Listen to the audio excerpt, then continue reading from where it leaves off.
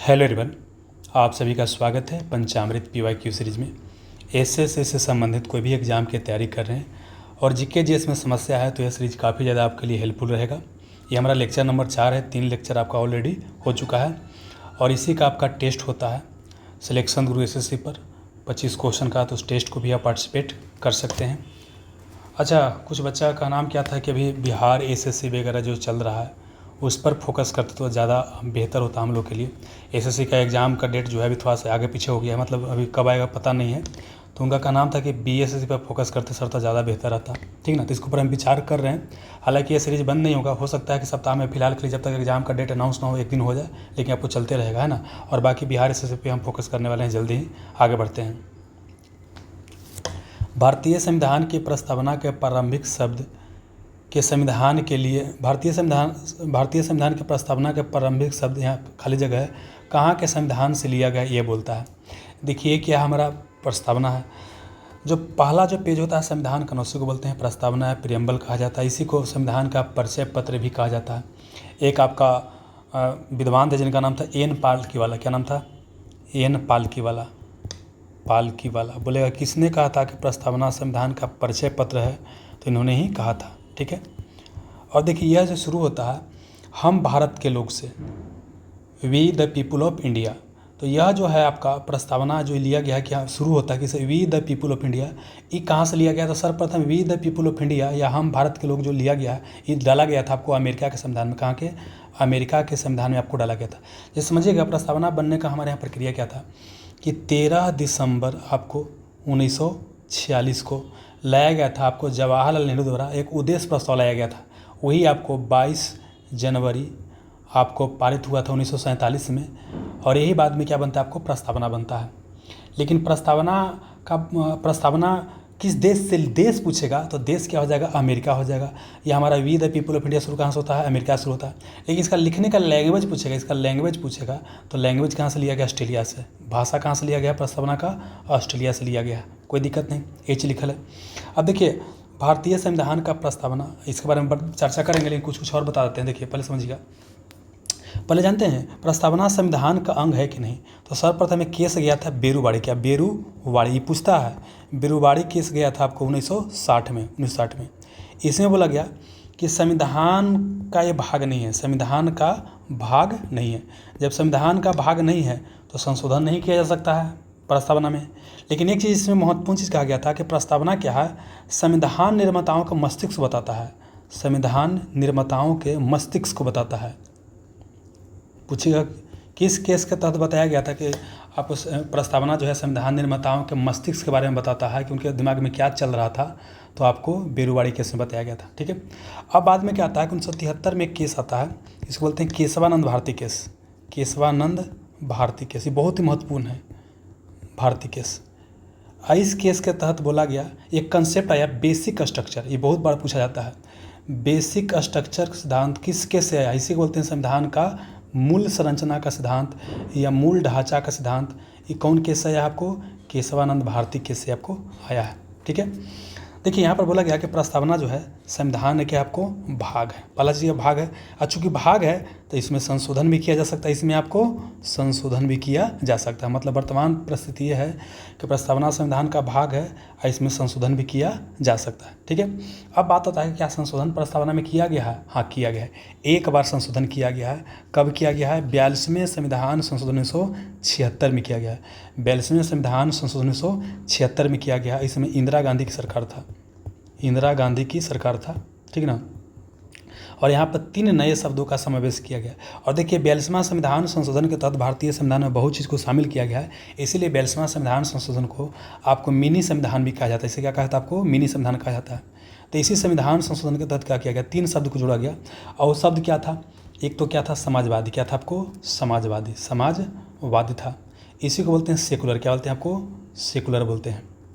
और एक होता है आपका, यहाँ जोड़ा गया समाजवादी के धर्मनिरपेक्ष। नहीं, गड़बड़ा गया, इसको समाजवादी को क्या बोलते हैं? सोशलिस्ट। क्या बोलते हैं? आपको सोशलिस्ट बोलते हैं, सोशलिस्ट बोलते हैं। और धर्मनिरपेक्ष की जगह पंथ निरपेक्ष देगा आपको, पंथ निरपेक्ष देगा, निरपेक्ष। इसका मतलब होता है सेकुलर। क्या होता है अंग्रेजी में? इसका होता है सेकुलर होता है, ठीक है। और एक आपको अखंडता। तो शुरू में क्या था कि ये सब शब्द आपको नहीं था, ये तीनों का बाद में जोड़ा गया है और एक बार ही मात्र अभी तक संशोधन किया गया है, बाद में किया जा सकता है लेकिन अभी तक एक बात है। अब देखिए प्रस्तावना में संशोधन तो हो सकता है लेकिन यहाँ पर कोई निगेटिव संशोधन नहीं हो सकता, मतलब बोल सकते हैं सिर्फ क्या हो सकता है आपको पॉजिटिव संशोधन हो सकता है, मतलब बोल सकते हैं कि आपको निगेटिव संशोधन क्या इसमें नहीं किया जा सकता है, ध्यान रखिएगा। अब क्या समाजवादी का मतलब क्या होता है कि सरकार जो है मतलब जनता के भलाई के लिए काम करेगी। धर्मनिरपेक्ष मतलब क्या होता है, देखिए धर्मनिरपेक्ष होता है, पॉजिटिव धर्मनिरपेक्ष होता है, निगेटिव धर्मनिरपेक्ष। तो अमेरिका में क्या है और यूरोपीय कंट्री में क्या है, निगेटिव धर्मनिरपेक्ष है, मतलब नकारात्मक धर्मनिरपेक्षता। उसका मतलब ये होता है कि राज और सरकार दोनों अलग अलग रहेगा। हमारे यहाँ भी क्या है कि धर्म और राज अलग अलग रहेगा, अमेरिका और यूरोपीय राष्ट्रों में बोला गया। लेकिन हमारे यहाँ बोला गया है कि देखिए सरकार का अपना कोई राज धर्म नहीं होगा, लेकिन सरकार सभी धर्मों को समान नज़र से देखेगी या सबको बढ़ाने का समान रूप से प्रयास करेगी। तो हमारे यहाँ धर्मनिरपेक्षता का मतलब क्या होता है, राज का कोई धर्म नहीं है लेकिन सरकार की नज़र में सारा धर्म समान है या सबको बढ़ाने का प्रयास करेगी। अखंडता मतलब क्या है कि देश के बोल सकते हैं कि टूटने नहीं दिया जाएगा, ये हो गया, कोई दिक्कत नहीं। अब देखिए क्या है यहाँ पर समझिएगा कुछ और पॉइंट इसमें जैसे क्या है हमारे यहाँ क्या है जो इस बताएं हमारा शुरू होता है कि प्रभुत्व संपूर्ण, मतलब कि हमारे ऊपर कोई और शक्ति नहीं है, हम क्या हैं समाजवादी हैं, पंथ निरपेक्ष है तो बता दिए। लोकतांत्रात्मक मतलब क्या होता है कि हमारे यहाँ क्या होगा आपको मतलब जनता पार्टिसिपेट करेगा वोटिंग वगैरह में, मतलब हमारे यहाँ क्या है लोकतंत्र है। गणतंत्र का गणराज का मतलब क्या होता है कि हमारे देश का जो मुखिया होता है, जैसे राष्ट्रपति हमारे देश का मुखिया होता है, वो क्या होता है चुना हुआ व्यक्ति, उसका क्या होगा आपको चुनाव होगा, ठीक है। और हमारे यहाँ बोला गया है कि 3 तरह का justice, social, economic and political, मतलब हमारे यहाँ कितने तरह के न्याय की बात किया गया है, सामाजिक न्याय, आर्थिक न्याय और राजनीतिक न्याय। यहाँ ध्यान रखना है क्वेश्चन पूछता है धार्मिक न्याय की हमारे यहाँ चर्चा नहीं किया गया। धार्मिक स्वतंत्रता की बात किया गया लेकिन धार्मिक न्याय की चर्चा आपको नहीं किया गया। हमारे यहाँ स्वतंत्रता क्या क्या चीज़ की दिया गया है, एक तो विचार की स्वतंत्रता है और व्यक्ति की स्वतंत्रता, विश्वास की स्वतंत्रता, धर्म की स्वतंत्रता और उपासना की स्वतंत्रता आपको दिया गया, वही चीज़ लिखल है ना। फिर क्या बोले और हमारे यहाँ समता क्या है, मतलब इक्वलिटी कितना प्रकार का है, इक्वलिटी क्या है आपको प्रतिष्ठा और अवसर की क्या आपको समानता दिया गया, ठीक है। और बोलता है कि उन सब में व्यक्ति की गरिमा और राष्ट्र की एकता और अखंडता सुनिश्चित करने के लिए बंधुता बढ़ाने का प्रयास किया जाएगा। और इस संविधान को फाइनली अपनाया जाता है 26 नवंबर 1949 को, क्या तारीख को 26 नवंबर 1949 को संविधान को अपनाया जाता है। इसलिए 26 नवंबर को आपको संविधान दिवस मनाते हैं। क्या मनाते हैं, संविधान दिवस मनाते हैं। याद कीजिए पहले आपको बताया जा चुका है कि 15 अगस्त 1947 को हमारा देश आज़ाद हुआ था, तो 15 अगस्त को मनाते हैं स्वतंत्रता दिवस मनाते हैं, आज़ादी दिवस मनाते हैं। और 26 जनवरी 1950 को हमारा देश क्या हुआ था, गणतंत्र हुआ था और भारतीय संविधान पूरी तरीके से लागू हुआ था। तो 26 जनवरी को मनाते हैं गणतंत्र दिवस, रिपब्लिक डे मनाते हैं। और 26 नवंबर को क्या होता है आपको संविधान दिवस मनाया जाता है, ध्यान रखिएगा, ठीक है। वही चीज़ लिखा हुआ है यहाँ पर। तो यहाँ जो क्वेश्चन पूछा गया है कि भारतीय संविधान के प्रस्तावना के प्रारंभिक शब्द कहाँ से लिया गया, तो कहाँ से लिया गया बताइए, संयुक्त राज्य अमेरिका से लिया गया। हो गया, आगे बढ़िए। अगला क्वेश्चन पूछा गया समस्थानिक के बारे में। समस्थानिक को अंग्रेजी में आइसोटोप बोलते हैं। तो आइसोटोप क्या होता है पहले समझिए क्या होता है। आइसोटोप्स एक होता है समस्थानिक, एक होता है समभारिक, इसको बोलते हैं आइसो 12, ठीक है ना। और एक होता है सम न्यूट्रॉनिक, एक होता है सम इलेक्ट्रॉनिक, इसको आइसो इलेक्ट्रॉनिक इंग्लिश में बोल देंगे, आइसो इलेक्ट्रॉनिक। अब ध्यान देखिएगा ये सबसे क्वेश्चन कम पूछता है, मुख्य रूप से ये दोनों से क्वेश्चन पूछता है। समस्थानिक मतलब क्या होता है कि जब एक ही तत्व क्या होता है, मान लीजिए सोडियम है या एग्जाम्पल क्लोरीन मान लेते हैं, तत्व एक ही रहेगा लेकिन तत्व के अंदर कई सारा परमाणु है, ठीक है ना। तत्व का छोटा भाग को परमाणु बोलते हैं, एटम बोलते हैं। तो मतलब कि क्लोरीन क्या है, इसका देखिए 2 क्लोरीन, मतलब 2 क्लोरीन का ही परमाणु है। दोनों का क्या है कि परमाणु संख्या क्या होगा आपका समान होगा, लेकिन दोनों का भार ऊपर होता है, भार जैसे आपको बताया गया होगा पहले लेसन में कि कोई परमाणु को डिनोट करते हैं, ऐसा एक्स परमाणु है, इसको जेड यहाँ पर ए। तो जेड का मतलब क्या हो गया कि आपको परमाणु संख्या, ए का मतलब हो गया इसका क्या मास हो गया, द्रव्यमान हो गया। तो इस तरह से दिखा दिए, समझ में क्या। अब ये भी बताया गया, ये बेसिकली क्या है, क्लोरीन का क्या हो गया, 2 समस्थानिक यहाँ दिखा दिए। तो देखिए यहाँ पर परमाणु संख्या क्या समान है लेकिन परमाणु भार डिफरेंट है, उसे बोलते हैं समस्थानिक कहा जाता है, कोई दिक्कत नहीं। लेकिन अगर एग्जाम्पल के लिए कैल्शियम लेते हैं और यहाँ पर लेते हैं आपका पोटेशियम और कैल्शियम लेते हैं, ठीक है ना। इसका होता है 19 इसका होता है 20 होता है। दोनों का परमाणु भार लगभग लगभग 40 होता है। तो देखिए यहाँ पर क्या है कि इस भार दोनों का समान है, लेकिन परमाणु संख्या क्या अलग अलग है, परमाणु संख्या क्या अलग अलग है। तो इसे बोलते हैं समभारिक। समभारिक में क्या होता है, दो तत्व होता है। क्या होता है, दो तत्व होता है। समस्थानिक में क्या होता है, तत्व एक ही होता है, लेकिन क्या होता है उसका परमाणु क्या होता है, अलग अलग होता है। ठीक है, आज चूँकि तत्व एक ही है, परमाणु एक ही है, तो यहाँ पर क्या होगा कि प्रोटॉन की संख्या इसमें उतना ही होगा, इसमें इलेक्ट्रॉन की संख्या उतना ही होगा। मतलब प्रोटॉन यहाँ पर कितना होगा, 17 होगा। यहाँ पर ये प्रोटॉन कितना आपको 17 है। मतलब दोनों में परमाणु संख्या जितना होता है उतना ही प्रोटॉन की संख्या होता है। ठीक ना, तो मतलब दोनों में प्रोटॉन की संख्या क्या हो गया, आपको बराबर हो गया। प्रोटॉन की संख्या क्या हो गया, बराबर हो गया। अच्छा, इलेक्ट्रॉन की संख्या भी यहाँ पर कितना हो गया, 17। यहाँ पर कितना इलेक्ट्रॉन संख्या कितना हो गया, आपको 17 हो गया। लेकिन अब न्यूट्रॉन निकालना होता था। आप जानते हैं कि ए बराबर होता है P + N होता है। मतलब परमाणु द्रव्यमान बराबर प्रोटॉन की संख्या प्लस न्यूट्रॉन की संख्या। तो ऊपर होता है, ऊपर में से नीचे घटाएंगे तो यहाँ 18 हो जाएगा, है ना। अच्छा, दोनों वही लिख दिए, यहाँ 37 लिखिए, 37 लिखिए। ठीक ना, यहाँ कितना हो गया, आपको 20 हो जाएगा। तो यहाँ पर न्यूट्रॉन की संख्या क्या आपको अलग अलग हो गया।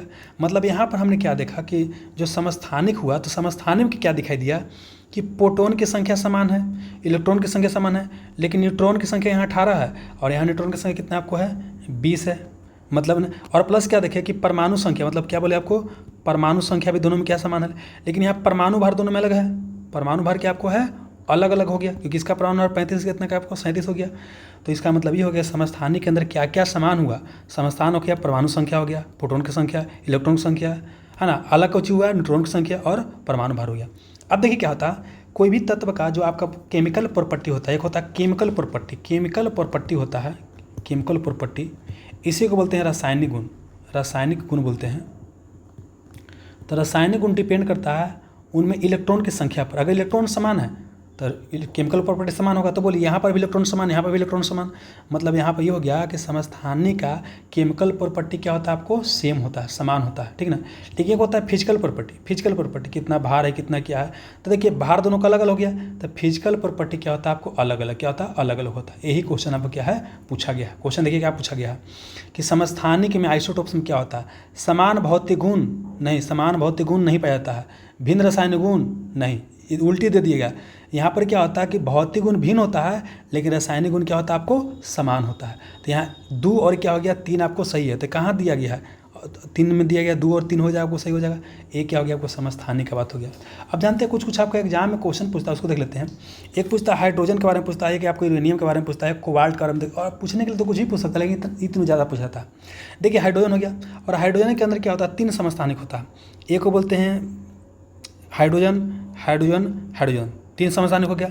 अब देखिए 3 हो गया, तो तीनों में क्या होगा, परमाणु संख्या तो समय समान होगा, लेकिन यहाँ परमाणु 1 होता है, यहाँ 2 होता है, यहाँ 3 होता है। ठीक ना, अब यहाँ पर अगर न्यूट्रॉन की संख्या निकालेंगे तो यहाँ 0 हो जाएगा, यहाँ कितना हो जाएगा, आपको 1 हो जाएगा, 2 में से घटाएंगे, यहाँ 3 में से घटाएंगे 2 हो जाएगा। मतलब देखिए क्या है कि यहाँ पर अगर पूछे कौन सा तत्व के अंदर न्यूट्रॉन नहीं होता था, हाइड्रोजन के अंदर, लेकिन उस समस्थानिक के अंदर आपको दिखाई देगा। अब समझना कि इसका नाम होता है प्रोटियम। क्या होता है, आपको प्रोटियम नाम होता है। इसका नाम होता है क्या, ड्यूटेरियम, ड्यूटेरियम नाम होता है। इसका नाम क्या होता है, ट्राइटियम, ट्राइटियम इसका नाम होता है। अब ट्राइटियम बहुत महत्व क्या होता है, इसमें क्या होता है, आपको रेडियो सक्रिय गुण पाया जाता है, रेडियो सक्रियता का इसमें क्या होता है, आपको गुण पाया जाता है, रेडियो एक्टिविटी का इसमें क्या होता है, गुण पाया जाता है। तो बोलते हाइड्रोजन का कौन समस्थानिक में रेडियो सक्रियता गुण पाया जाता है, तो आपको ट्राइटियम के अंदर पाया जाता है। इसमें न्यूट्रॉन कितना होता है, आपको 2 होता है, कोई दिक्कत नहीं। अब आते हैं, देखिए प्रोटियम की बात करते हैं। और इसमें क्या होता है, इससे क्या होता है, प्रोटियम से बनता है आपको H2O, इसको बोलते हैं नॉर्मल वाटर। क्या बोलते हैं, नॉर्मल वाटर बोलते हैं, नॉर्मल वाटर बोलते हैं, साधारण जल इसको हिंदी में बोलते हैं। और ड्यूटेरियम से D2O लिखते हैं, इसको बोलते हैं भारी जल। क्या बोलते हैं, भारी जल, हैवी वाटर बोलते हैं, भारी जल बोलते हैं, कोई दिक्कत नहीं। अब ये जो ये होता है, इसको पीने के लिए, पानी का क्या करते हैं, पीने के लिए इस्तेमाल करते हैं। लेकिन ये क्या होता है, आपको परमाणु रिएक्टर में कहाँ होता है, आपको परमाणु रिएक्टर में क्या होता है, आपको यूज होता है, कोई दिक्कत नहीं। अगला क्या है कि इसका अगर द्रव्यमान निकालिएगा पूरा जल का, तो 2 इसका हो गया, 16 होता है ऑक्सीजन का, तो 16 2 कितना हो गया, आपको 18 हो गया। ठीक ना, लेकिन यही पूछेगा इसका, तो देखिए इसका 2 होता है, और ड्यूटेरियम का 2 होता है परमाणु द्रव्यमान, तो 2 करेंगे और प्लस 16 करेंगे, तो 16 2 दूनी 4, 4 और प्लस 16 तो कितना हो जाएगा, इसको 20 हो जाएगा। और ऐसे समझ में नहीं आएगा तो डायरेक्ट याद कर लीजिएगा कि साधारण जल का परमाणु द्रव्यमान होता है 18, और भारी जल कितना होता है, आपको 20 होता है। तो यही क्या है कि हाइड्रोजन के बारे में इतना सारा क्वेश्चन आपको पूछेगा, कोई दिक्कत नहीं। अब यूरेनियम की बात करते हैं। यूरेनियम की क्या बात करते हैं, यूरेनियम होता है दोनों के, यूरेनियम का क्या होता है, परमाणु परमाणु संख्या कितना होता है, आपको 92 होता है। और यहाँ की बात करते हैं, यहाँ एक होता है 235 होता है, एक होता है 238 होता है।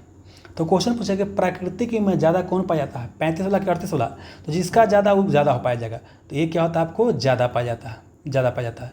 लेकिन इसके अंदर विखंडन का गुण कम पाया जाता है और 235 कम पाया जाता है। ये क्या होता है कम पाया जाता है, लेकिन इसके अंदर क्या होता है विखंडन गुण क्या होता है आपको ज़्यादा होता है। ठीक है, अब देखिए यूरेनियम का इस्तेमाल बेसिकली क्या है कि परमाणु जो रिएक्टर होता है ना, परमाणु जो आपका रिएक्टर होता है उसमें क्या करते हैं ईंधन के रूप में, इसमें क्या करता है आपको ईंधन के रूप में। तो पूछेगा परमाणु रिएक्टर में ईंधन के रूप में यूरेनियम का कौन समस्थानिक का प्रयोग करेंगे। देखिए ये 38 ज़्यादा पाया जाता है लेकिन इसमें विखंडन गुण कम पाया जाता है, लेकिन 35 कम लेकिन विखंडन गुण ज़्यादा पाया जाता है। तो परमाणु रिएक्टर में ईंधन के रूप में यूरेनियम का इस्तेमाल किया जाता है।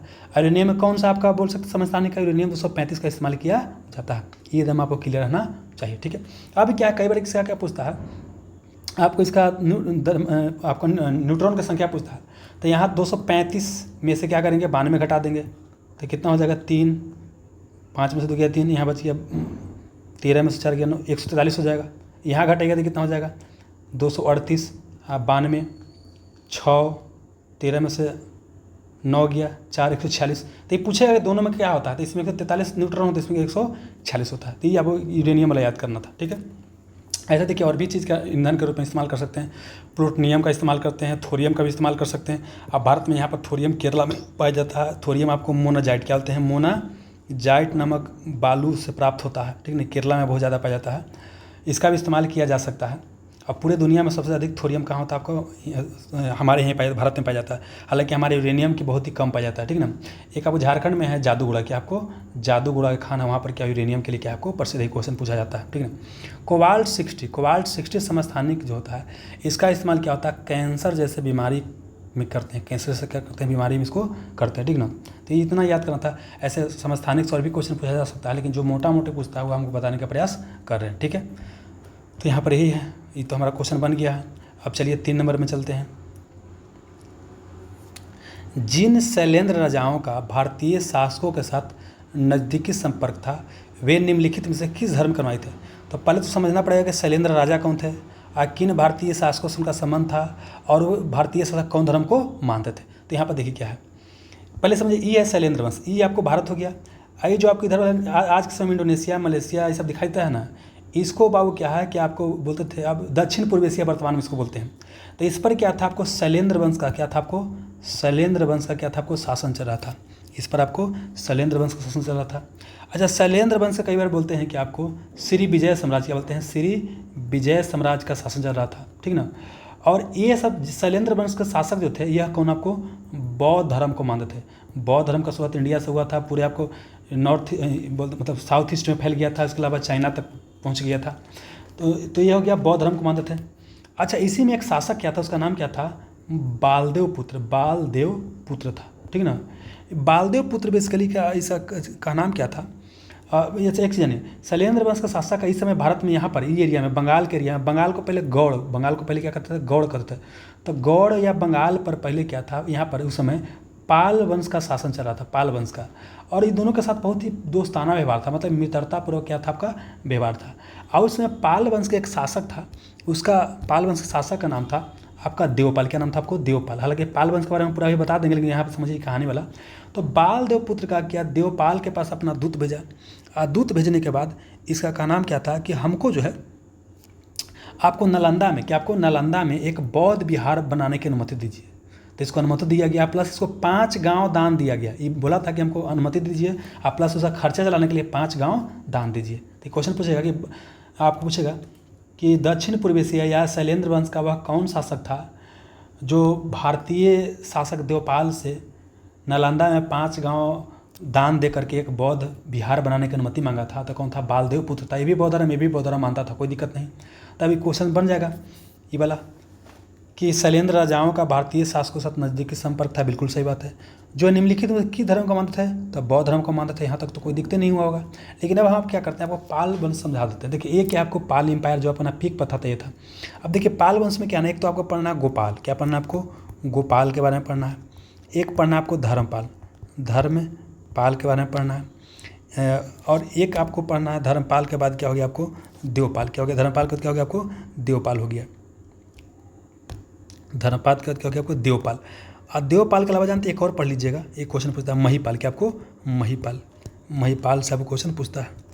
अब देखिए पहले बात करते हैं, अच्छा गोपाल के बारे में एक और चीज़ कहा था कि गोपाल जब राजा बना था ना, तो यह क्या खानदानी राजा नहीं था, बल्कि बंगाल के एरिया में क्या था कि बहुत ही ज़्यादा आप बोल सकते हैं कि शासन प्रशासन सही से नहीं हो रहा था, तो इसको मंत्री लोग राजा बनाया था। तो कौन सा ऐसा शासक था जो क्या था कि खानदानी राजा नहीं था, तो कौन था आपको गोपाल ही क्वेश्चन पूछेगा। फिर पाल वंश का क्या था आपका संस्थापक था, पाल वंश का क्या था आपको संस्थापक था। सारा पाल शासक आपको बौद्ध धर्म को ही मानते थे, ये हो गया। अगला पूछेगा कब स्थापना किया था, 750 में। 750 मतलब क्या हो गया 8वीं सदी में यह स्थापना किया था, ठीक है। अच्छा अगला क्या है कि एक जानते हैं एक विश्वविद्यालय बनाया था, विश्वविद्यालय का नाम क्या है उदंतपुरी। उदंतपुरी विश्वविद्यालय का स्थापना, या उदंतपुरी बिहार बोलेगा या विश्वविद्यालय बोलेगा, इसका स्थापना कौन किया था, ये गोपाल किया था। और कहाँ किया था आपको मुंगेर में, कहाँ किया था मुंगेर, ये भागलपुर के बगल में पड़ता है मुंगेर, ठीक ना, वहीं पर किया था। इसे बस 2 ही क्वेश्चन, एक संस्थापक था, एक उदंतपुरी विश्वविद्यालय की स्थापना किया था, ठीक है। अगला आता है धर्मपाल, और पाल वंश का सबसे महान पूछेगा तो सबसे क्या था आपको महान, सबसे पहला क्वेश्चन सबसे महान पाल शासक कौन था, यही था, सबसे महान था। अगला क्या है, इसने क्या किया कि नालंदा में क्या किया, नालंदा में जो आपका विश्वविद्यालय बना था, याद कीजिए नालंदा में जो विश्वविद्यालय बना था वो कौन, कुमारगुप्त बनवाया था, कुमारगुप्त शासक ने बनवाया था, लेकिन यह टूट फूट गया था। तो यह क्या किया था, इसको मरम्मत क्या करवाया था, आपको मरम्मत करवाने का काम किया था धर्मपाल। लेकिन साथ ही एक और इसने विश्वविद्यालय बनाया, और कौन आपको विक्रमशिला, ये क्वेश्चन बड़ी पूछता है, विक्रमशिला विश्वविद्यालय की स्थापना किया। और एक कहाँ स्थापना किया विक्रमशिला विश्वविद्यालय का, भागलपुर में। भागलपुर में इसने क्या किया, एक विक्रमशिला विश्वविद्यालय की स्थापना किया। और एक बहुत महत्वपूर्ण क्वेश्चन यहाँ पर याद कीजिए, कनौज के बारे में पहले हम बताए थे हर्षवर्धन के शासनकाल में, कि हर्षवर्धन जब राजा बना था तो राजधानी क्या किया, थानेश्वर से लेकर के कनौज लेकर के आया था। अब कनौज क्या था कि आपको व्यापार के लिए काफ़ी ज़्यादा क्या था, महत्वपूर्ण था। इस कारण से क्या है, कनौज के ऊपर जो है अलग अलग शासक कब्जा करना चाहते थे। तो इधर से पाल शासक कब्जा करना चाहते थे, और दक्षिण भारत से राष्ट्रकूट शासक, और गुजरात से कौन, गुर्जर प्रतिहार। बोलेगा कनौज के लिए त्रिपक्षीय संघर्ष में कौन कौन भाग लिया, तो कौन, पाल शासक, और दक्षिण से राष्ट्रकूट शासक, और इधर से गुजरात से कौन, गुर्जर प्रतिहार शासक। अब पूछेगा कि पाल शासक में पहला शासक कौन था जो कनौज के लिए त्रिपक्षीय संघर्ष में भाग लिया था, तो यही था, मतलब बोल सकते हैं कि त्रिपक्षीय संघर्ष में भाग लेने वाला कौन था आपको, यही था, धर्मपाल था। और किसके लिए त्रिपक्षीय संघर्ष चल रहा था, कनौज के लिए, 3 पक्ष के लिए संघर्ष आपको कर रहे थे। इतना ही हो गया, ठीक है। और इससे इतना ही क्वेश्चन पूछता है। अब देवपाल से बस एक क्वेश्चन पूछता है कि आपको बालदेव पुत्र से अनुमति मांगा था नालंदा में एक विश्वविद्यालय थी, नालंदा में एक विहार बनाने का, और कुछ नहीं पूछता है। अब ध्यान, इसके बाद देवपाल की मृत्यु के बाद क्या होता है कि पाल शासक क्या होते हैं, कमजोर पड़ जाते हैं और लगभग समाप्त हो जाते हैं। लेकिन उसके बाद फिर से कौन आता है, महिपाल। और महिपाल क्या करता है कि पाल वंश को फिर से क्या करता है, स्थापित करने का प्रयास करता है, फिर से क्या करता है, स्थापित करने का प्रयास करता है। इसलिए इसको बोलते हैं पाल वंश का द्वितीय संस्थापक, पाल वंश का द्वितीय संस्थापक इसे कहा जाता है, द्वितीय संस्थापक इससे कहा जाता है। पहला तो गोपाल हो गया, सबसे महान धर्मपाल हो गया, और द्वितीय महिपाल हो गया। लेकिन इसको होता क्या ना, कोई समय दक्षिण में से भी एक मजबूत शासक होता है। यहाँ पर ये एरिया में क्या होता है, आपको चोल शासक क्या होते हैं, चोल शासक। इसी में क्या आता है, राजेंद्र, क्या आता है आपको, राजेंद्र चोल क्या कहता आता है, और इसको क्या करता है, बंगाल के महिपाल को क्या करता है, हराता है। हराने के बाद क्या करता है, उपाधि लेता है गंगैकोंड चोल,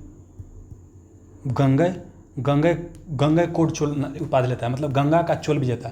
और प्लस क्या है, गंगैकोंड चोलपुरम नामक एक शहर का भी क्या करता है, निर्माण करवाता है। ये कौन आपको, राजेंद्र चोल। तो चोल वंश बताएंगे तो इसके बारे में बता देंगे, बस इतना ही याद रखिए, और कुछ पाल वंश से ज़्यादा क्वेश्चन पूछता नहीं है, तो इतना याद रखना। अच्छा, पाल वंश से एक और क्वेश्चन पूछेगा, पाल शासन काल में जानते हैं जो कांस का प्रतिमा, कांसा का जो प्रतिमा बनता था, बड़ा ही चरमोत्कर्ष पर पहुँच गया था।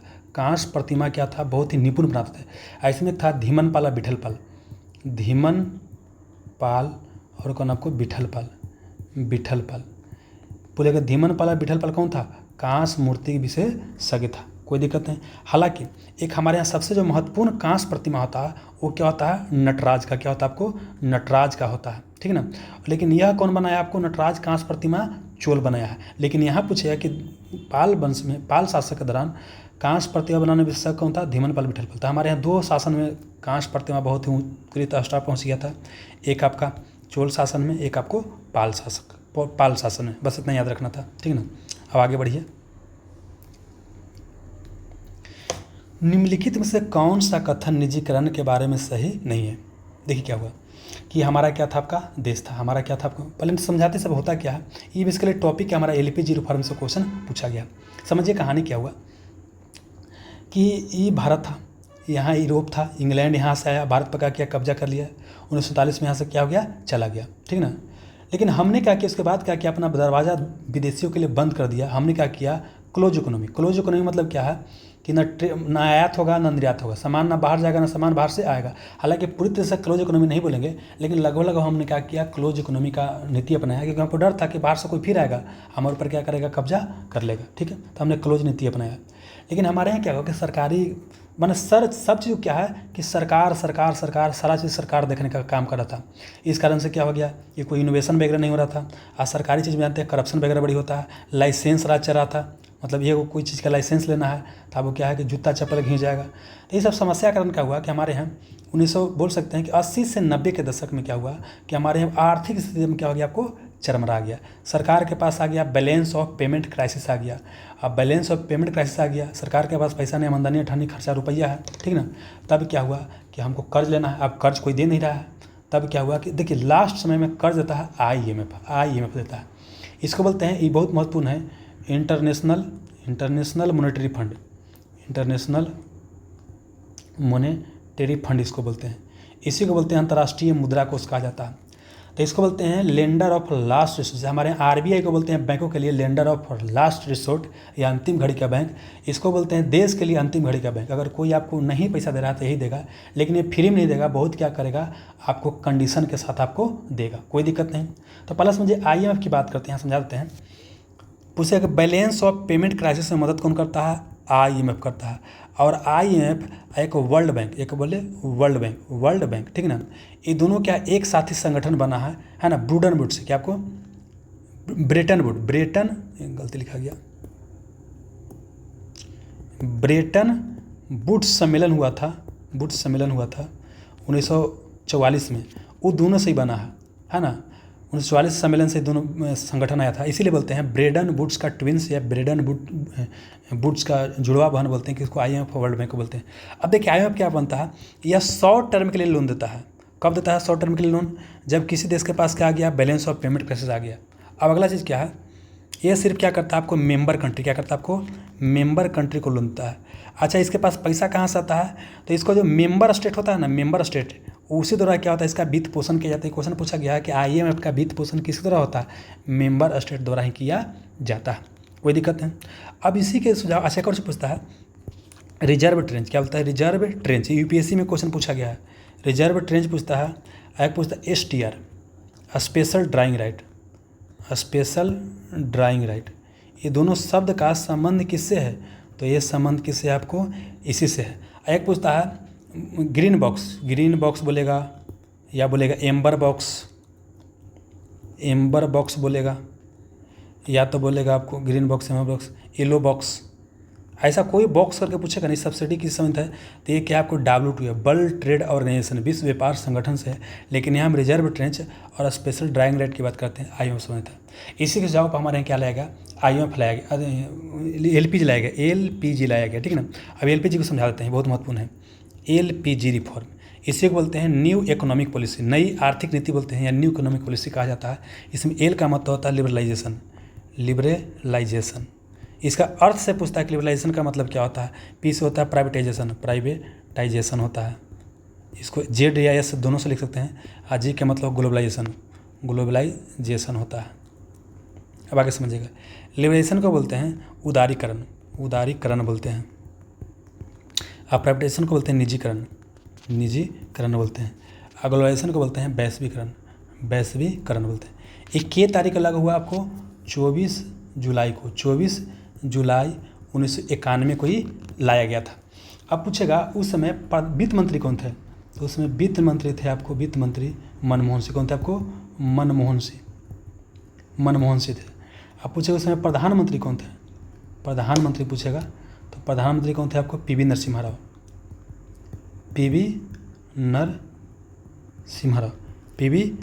राव थे, ठीक ना। अच्छा, कई बार तो ये भी क्वेश्चन पूछा गया है कि उस समय आपको राष्ट्रपति कौन थे, तो उस समय राष्ट्रपति कौन थे, तो नाम था रामास्वामी वेंकटरमन। आप खाली याद रखिएगा, वेंकट रमन, आर वेंकट रमन का नाम सुना होगा। इनका पूरा नाम क्या है? रामास्वामी वेंकट रमन। ठीक है। अब देखिए पूछता है कि एलपीजी या नई आर्थिक नीति का जनक किसे बोलते हैं, तो वहाँ पर मनमोहन सिंह रहेगा, मनमोहन सिंह बोलते हैं। इसी बोलते हैं नई आर्थिक नीति के जनक मनमोहन सिंह को बोलते हैं। आई नहीं रहेगा तो पीवी नरसिम्हा राव बनाइएगा। अब पीवी नरसिम्हा राव मनमोहन सिंह दोनों रहेगा तब प्रधानमंत्री बड़ा पद होता है तो पीवी नरसिम्हा राव बनाइएगा कि आर्थिक उदारीकरण का जनक किसे बोलते हैं, जैसे मनमोहन सिंह आंसर होता है, लेकिन वहाँ पीवी नरसिम्हा राव रहेगा तो पीवी नरसिम्हा राव क्या करना आपको बनाना है। क्लियर हो गया। अब चलिए अब समझते हैं कि इसका मतलब क्या होता है। मतलब सरकार को क्या करना पड़ेगा, ऐसा नीति बनाना पड़ेगा, मतलब उदार नीति बनाना पड़ेगा सरकार को। उदार नीति, लिबरल पॉलिसी मतलब क्या है कि जो एक्सपोर्ट पर बैन, एक्सपोर्ट इंपोर्ट पर जो बैन लगा हुआ है, एक्सपोर्ट और जो इंपोर्ट पर जो है बैन लगा हुआ है, मतलब बहुत तरह क्या है, इंपोर्ट कीजिएगा तो टैरिफ, मतलब कि टैरिफ बहुत सारा लगता था, टैरिफ लगता था, कई सारे ड्यूटी लगता था, ये सब क्या किया जाएगा, आपको समाप्त किया जाएगा, है ना। और प्राइवेटाइजेशन मतलब क्या होता है कि अब जो है सरकार क्या करे, निजी लोग को भूमिका देगा। पहले सरकार ही सब तय करती थी, कोची बनेगा कोची नहीं बनेगा, किसका कितना दाम रहेगा, सब सरकार तय करती थी। अब बोला कि नहीं, हम निजी लोग आएगा, सरकार की भूमिका कम होगा और निजी लोग आएगा, मतलब सरकार का हस्तक्षेप, सरकार का जो हस्तक्षेप है ये क्या होगा, आपको कम होगा। क्लियर है। अब देखिए सब होने से क्या प्लस क्या है कि एक्सपोर्ट इंपोर्ट क्या होगा, मतलब भारत की इकोनॉमी क्या होगा, भारत की इकोनॉमी दूसरे इकोनॉमी से क्या होगा, जुड़ेगा, वहाँ का सामान हमारे यहाँ आएगा, हमारे सामान वहाँ जाएगा। इसको बोलते हैं ग्लोबलाइजेशन या वैश्वीकरण बोलते हैं, इकोनॉमिक टर्म बोलते हैं। एक देश की अर्थव्यवस्था जब दूसरे देश की अर्थव्यवस्था से जुड़ता है उसे वैश्वीकरण या ग्लोबलाइजेशन कहा जाता है। कोई दिक्कत नहीं। अब एलपीजी रिफॉर्म आने से क्या होता है कि प्राइवेट आएगा, कंपनी वगैरह आएगा, तो प्राइवेट कंपनी आएगा तो हमारे यहाँ क्या आएगा, इन्वेस्टमेंट आएगा, निवेश आएगा तो क्या होगा कि यहाँ नौकरी भी क्रिएशन होगा। क्या होगा आपको, सरकारी नहीं, मतलब प्राइवेट क्या होगा, नौकरी बहुत सारा क्या होगा, क्रिएशन होगा।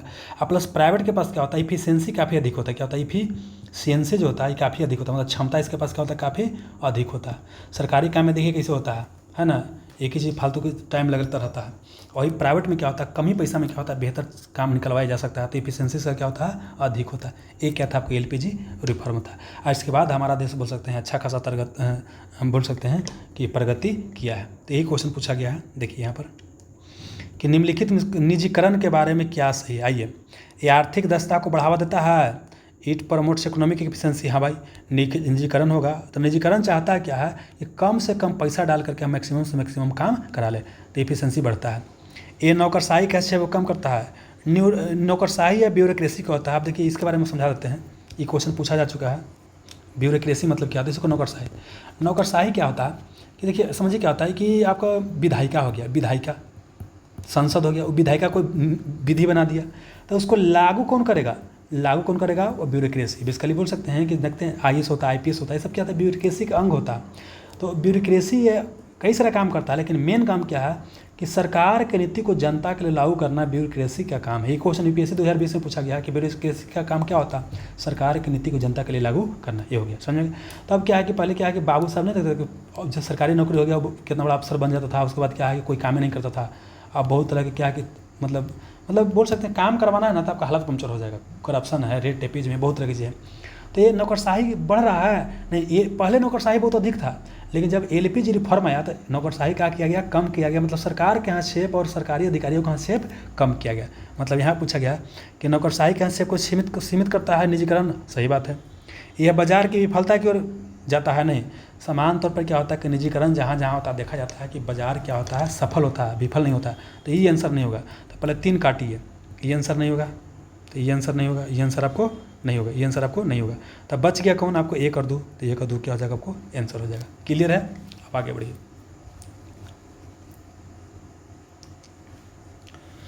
अगला जो क्वेश्चन पूछा गया है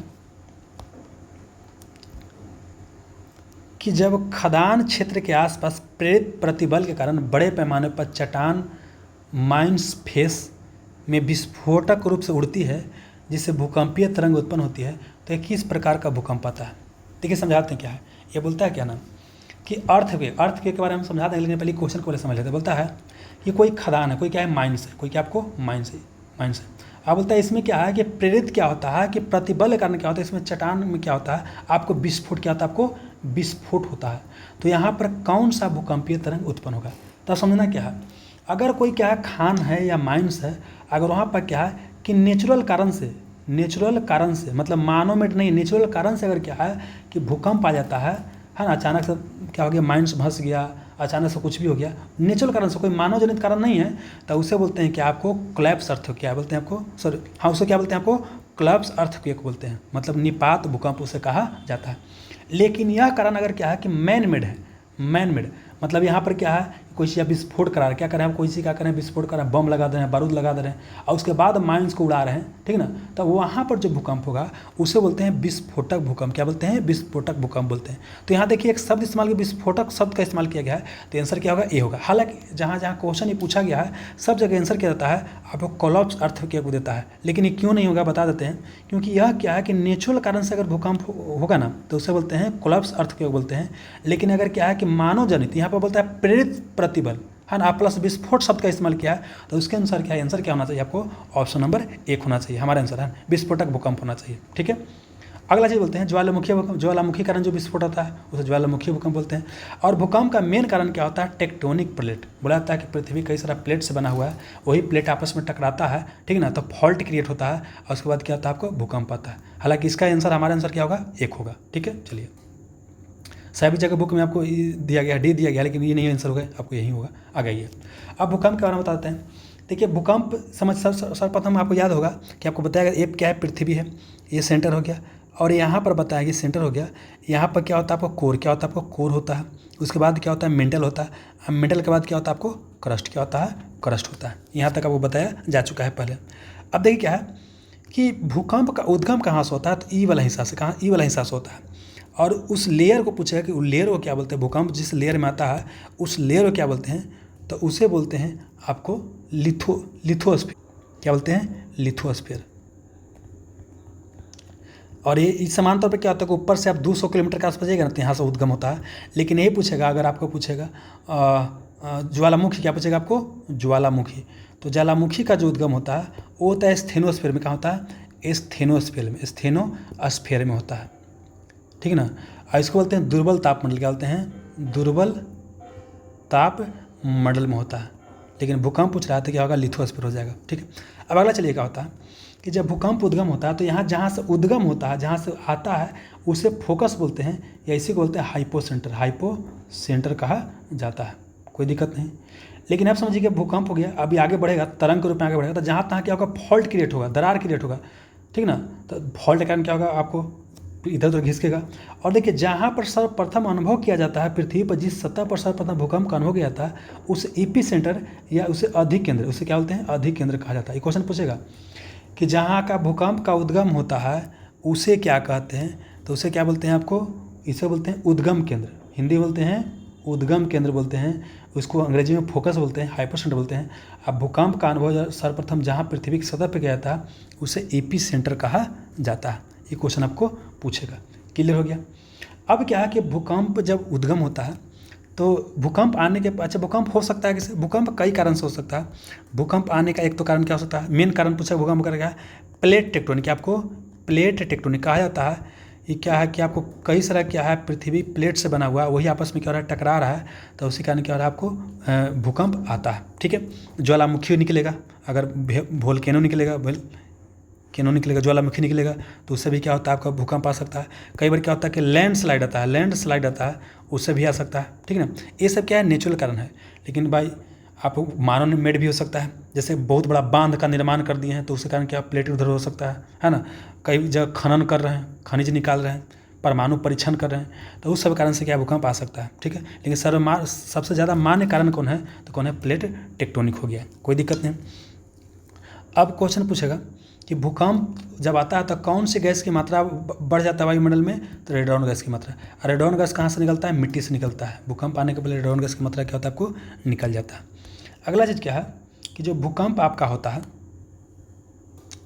तो यहाँ पर क्या है कि इसमें कई तरह क्या होता है, आपका वेव होता है। एक होता है जैसे भूकंप आया ना, यहाँ पर समझिए, यहाँ पर क्या हो गया, आपको फोकस हो गया, और इसके बाद क्या होगा, तरंग के रूप में क्या होगा, आगे बढ़ेगा। भूकंप क्या होगा, तरंग के रूप में आगे बढ़ेगा, ठीक है ना।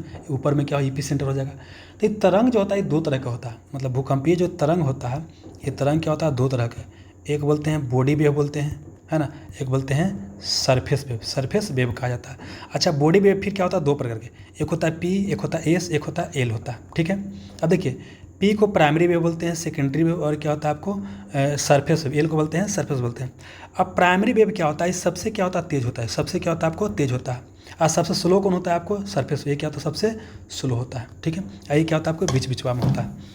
और ये क्या होता है कि आप सब माध्यम में जा सकता है, मतलब सॉलिड में, लिक्विड में, गैस में, ये तीनों माध्यम में आपको जा सकता है। तो बोलिए, याद कीजिए, पृथ्वी। अच्छा, ये जो इसकी बात करते हैं, यह जो होता है ये केवल क्या होता है? सॉलिड में। ये केवल क्या आपको? सॉलिड में जा सकता है। और ये केवल क्या होता है आपको? सरफेस पे क्या होता है आपको? उद्गम होता है। मतलब बोल सकते हैं ये क्या होता है आपको? सरफेस पे क्या होता है? सिर्फ सरफेस पे उद्गम होता है। अब समझिए क्या होता है, आपको बताया होंगे कि यहाँ पर कोर है, यहाँ पर बीच में लिक्विड होता है। तो अगर मान लें कि चलना शुरू के, ऊपर में तो सॉलिड है, नीचे में भी सॉलिड हो गया, मतलब ऊपर पट्टी भी सॉलिड है और कोर भी सॉलिड है, लेकिन बीच में क्या हो गया आपको? लिक्विड हो गया। तो ये चलेगा तो क्या ये कोर तक पहुँच पाएगा? नहीं। तो ये कोर तक नहीं जाता है। पृथ्वी कोर से कौन जाता है पूछता है, तो कौन जाता है? आपको यही जाता है, पी वेव। और ये सबसे तेज होता है, सबसे तेज होता है, लेकिन क्या होता है? सबसे कम हानि पहुँचाता है। सबसे क्या होता है? कम हानि पहुँचाता है। ये सबसे स्लो होता है, लेकिन सबसे क्या होता है? अधिक हानि पहुँचाता है। सबसे क्या करता है? अधिक हानि आपको पहुँचाता है। ये आपको क्वेश्चन को ध्यान रखना है, ठीक है। अगला चीज़ क्या बोले? हाँ, अगला चीज़ ध्यान रखना है कि इसका प्रकृति कई बार पूछता है। तो इसका प्रकृति जो होता है प्राइमरी वेव का क्या होता है? आपको साउंड जो होता है, साउंड होता है ना, साउंड वेव के जैसा होता है। याद कीजिए, साउंड वेव कैसा होता है? आपका अनुदैर्घ्य होता है। अनुदैर्घ्य, अनुदैर्घ्य मतलब क्या होता है? लॉन्गिट्यूडनल। क्या होता है आपको? लॉन्गिट्यूडनल, लॉन्गिट्यूडनल इसका प्रकृति होता है। और जो ये आपका सरफेस सेकेंडरी वेव होता है, इसका प्रकृति होता है प्रकाश के जैसा, ठीक है ना।